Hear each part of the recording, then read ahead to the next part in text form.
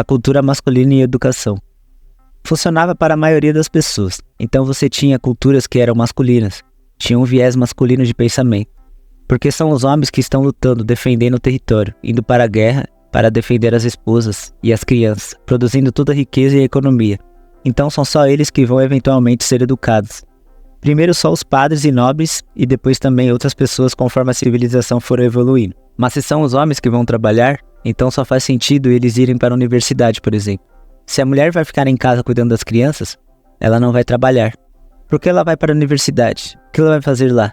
Vamos investir esses recursos nos homens, que vão produzir na economia para o país e cuidar das suas mulheres e filhos. Eles que precisam disso, então faz sentido. E aí, se a mulher não vai para a guerra, não defende a nação, ela não contribuiu para a economia. Ela não é educada porque ela não vai votar. Você tem autoridade junto com a responsabilidade. Não estou dizendo que não havia uma limitação de liberdade e autonomia, porque evidentemente havia.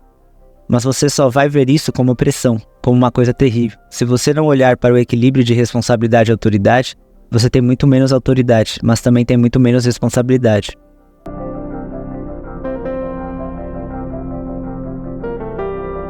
Escolhas matrimoniais e pragmatismo. Vamos lembrar também que a escolha feminina era limitada, em grande medida, com quem ela ia se casar, era decidido pelo pai, e os homens também, em certa medida. Então você tinha uma inferência dos pais na escolha sexual do matrimônio dos filhos muito maior.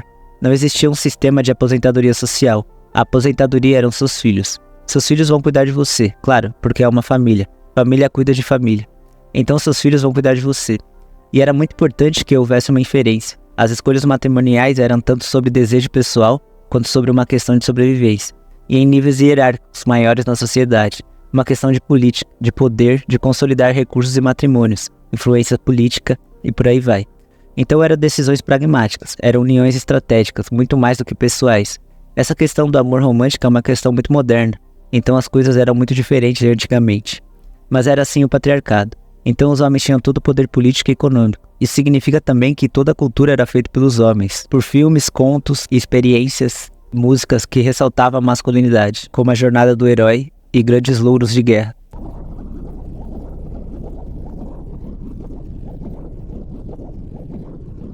A valorização da masculinidade. Tinha uma visão masculina de valorizar a competição e a excelência e a força, a coragem e a honra. Exigia que os homens incorporassem essas qualidades masculinas e fossem masculinos. Então era uma cultura que proporcionava tudo isso, porque era muito necessário. Os homens estavam no comando disso. Então esse era o tal do patriarcado que as feministas tanto falam. Era uma sociedade bem selecionada, com papéis e uma engenharia social bem definida. A masculinidade valorizada por ser muito necessária e a autoridade andando de mãos dadas com a responsabilidade. A poligamia, que são homens com várias mulheres, ficava reservada para os homens com mais status sociais, os reis nobres, que conseguiam ter amantes e contornar isso. De modo geral, o homem tinha que se contentar com uma esposa, que ele conseguia atrair, e a mulher se contentar também com o homem com quem conseguiria atrair. E não tinha muita escolha, não tinha muita opção, era isso mais ou menos.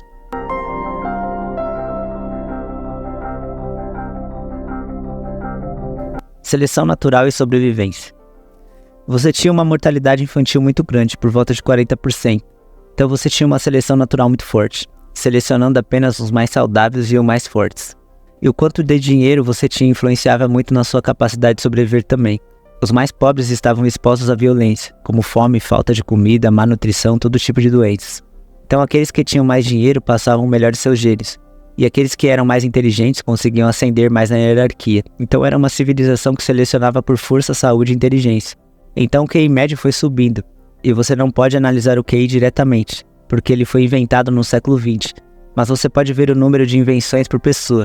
E ele chegou ao seu pico no século XIX. Nós ficamos mais inteligentes, até que nós conseguimos chegar à Revolução Industrial. E isso realmente mudou as coisas. Revolução Industrial, ciências, vacinas. Muita coisa mudou. Com a Revolução Industrial, nós tivemos de repente uma abundância de recursos. Tinha um economista chamado Malthus, que ele dizia que a população iria crescer só até chegar no limite de recursos do mundo, e aí parar de crescer, o que faz muito sentido. Só que pela Revolução Industrial nós conseguimos aumentar a quantidade de recursos. Nós conseguimos criar máquinas que faziam tanto trabalho pesado por nós, pesticidas que faziam com que as terras fossem mais produtivas. Todo um aparato tecnológico criou muita riqueza, em precedentes. Com a abundância de recursos, como nós já vimos acontecer, você tende mais a R seleção. Agora eu vou explicar, usando o exemplo dos bonobos, como a abundância de recursos pode destruir uma civilização.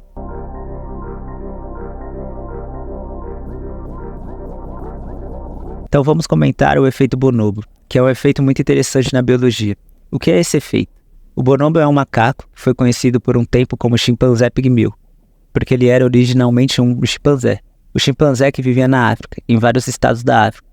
E durante um período, você teve um grupo de chimpanzé que ficou isolado dos outros, num bolsão do Congo, em que eles ficavam protegidos por um rio.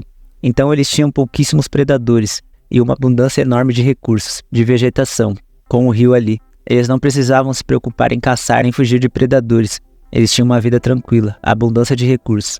E o que aconteceu com bonobos? Com o tempo, eles foram ficando menores e menos inteligentes. Os chimpanzés conseguem usar ferramentas. Eles são maiores, mais fortes e mais agressivos. Enquanto bonobos são menores, mais fracos e mais burros. O dimorfismo sexual entre os bonobos diminuiu muito. Então os machos foram diminuindo de tamanho em relação às fêmeas. E essa estrutura patriarcal do chimpanzé, por exemplo, foi embora. Então os bonobos são conhecidos por viverem quase que num matriarcado, ou numa suposta organização igualitária, em que se os machos saem da linha, as fêmeas se juntam e batem neles, às vezes cortam o pênis deles fora. Então é uma sociedade muito promíscua, em que todo mundo mais ou menos transa com todo mundo. Inclusive os machos transam com os machos, e as fêmeas transam com as fêmeas. É uma grande promiscuidade, eles passam muito tempo transando. É uma espécie mais R. Eles investem mais na sexualidade. Como os machos não precisam mais competir uns aos outros, eles ficam menores, mais fracos, eles não precisam competir por recursos, eles ficam menos inteligentes. Foi um processo de disgenia. Esses bonobos só existem nesse bolsão do Congo. Quando eles tentam sair para outro lugar, eles morrem. Eles são extintos, porque eles não conseguem competir com os chimpanzés, com os outros macacos, viver num ambiente duro de competição. Então eles só existem ali naquele bolsão. Fora de lá, eles não conseguem sobreviver. Ou seja, essencialmente a seleção natural deixou de se aplicar sobre eles em grande medida. Não totalmente, mas em grande medida. Eles tinham uma abundância de recursos, então eles ficaram muito mais R selecionados. E foi isso que aconteceu com os bonobos. As feministas adoram apontar para os bonobos e falar que nós poderíamos ser mais como eles, e menos como os chimpanzés, porque nós somos geneticamente equidistantes dos chimpanzés e do bonobos, porque os bonobos são chimpanzés. Eles vivem em paz, as mulheres mandam e tudo é uma maravilha. Só que isso só é possível porque eles não competem por ninguém. Eles estão em um estado de abundância de recursos, que pode acabar a qualquer momento.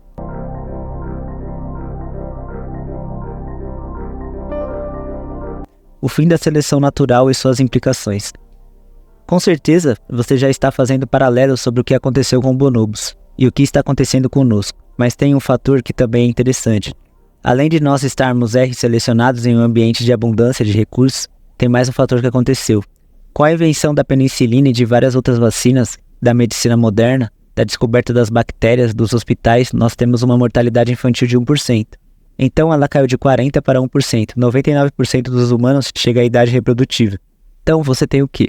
Um fim da seleção natural. Lembra que eu disse que no começo nós medíamos a seleção natural por índices de mortalidade infantil? Então muito bem, nós não estamos sob essa pressão de seleção natural. Nós criamos nosso próprio zoológico. Basicamente, nós excluímos todas as pressões que nos selecionariam. Nós tornaríamos mais fortes e mais inteligentes, como predadores, ou então, com escassez de recursos e doenças. Nós eliminamos a maior parte disso. Então nós estamos efetivamente isentos da seleção natural. O que isso quer dizer? Lembra que eu disse que nós sofremos mutações e algumas mutações nos tornam mais fortes, mais inteligentes, são adaptativas e outras não são adaptativas? Elas nos tornam mais fracos ou mais mal adaptados a comportamentos que não faríamos sentido e não permitiriam sobreviver em um ambiente de seleção natural. O que acontecia com pessoas que sofriam essas mutações em um ambiente onde elas sofrem pressões da seleção natural? Elas morriam antes de chegar à idade reprodutiva, e as mutações mal adaptativas morriam com elas. Quando nós eliminamos a seleção natural, essas mutações mal adaptativas começam a se acumular. E você pode ver, por exemplo, que a simetria facial dos seres humanos diminuiu, então ela foi aumentando com a seleção natural. A simetria facial é um indicador de saúde, de um sistema imunológico forte, de bons genes. Por isso que nós achamos bonito. E a simetria facial tem diminuído. Desde a Revolução Industrial ela diminuiu. Assim como o nosso QI também tem diminuído e as invenções por pessoas têm diminuído. Nós estamos ficando menos inteligentes e menos saudáveis, mais fracos, mais burros, basicamente. Se gostaram, curtam o canal, se inscrevam e comentem aqui o que acharam. Valeu, pessoal, até a próxima.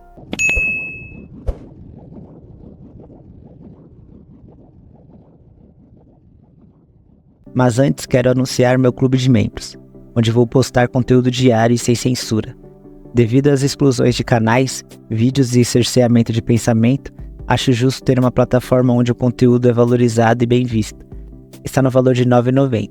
A plataforma obtém 30%, tornando inviável baixar o preço. Espero vocês por lá. Valeu pessoal, até a próxima. Considere adquirir meu serviço de análise facial. Uso um método muito eficiente e técnico, com muitos detalhes, e com 3 categorias de preço bastante acessíveis. Vai até a descrição do canal e acesse o link Avaliação Facial. Lá você vai ser direcionado ao meu site. Esses links também estão na descrição dos vídeos. Considere também adquirir meu e-book de Guia de Looks Max em 10 etapas. Lá eu detalho ainda mais cada ponto e faço uma leve introdução da importância da melhoria da aparência e o efeito halo. Além de ser completamente diferente de tudo que você já viu. E ainda pode ajudar na manutenção do canal. É um valor simbólico de R$ 15. Caso não tenha interesse, acompanhe minha playlist de Looks Max, que está excelente.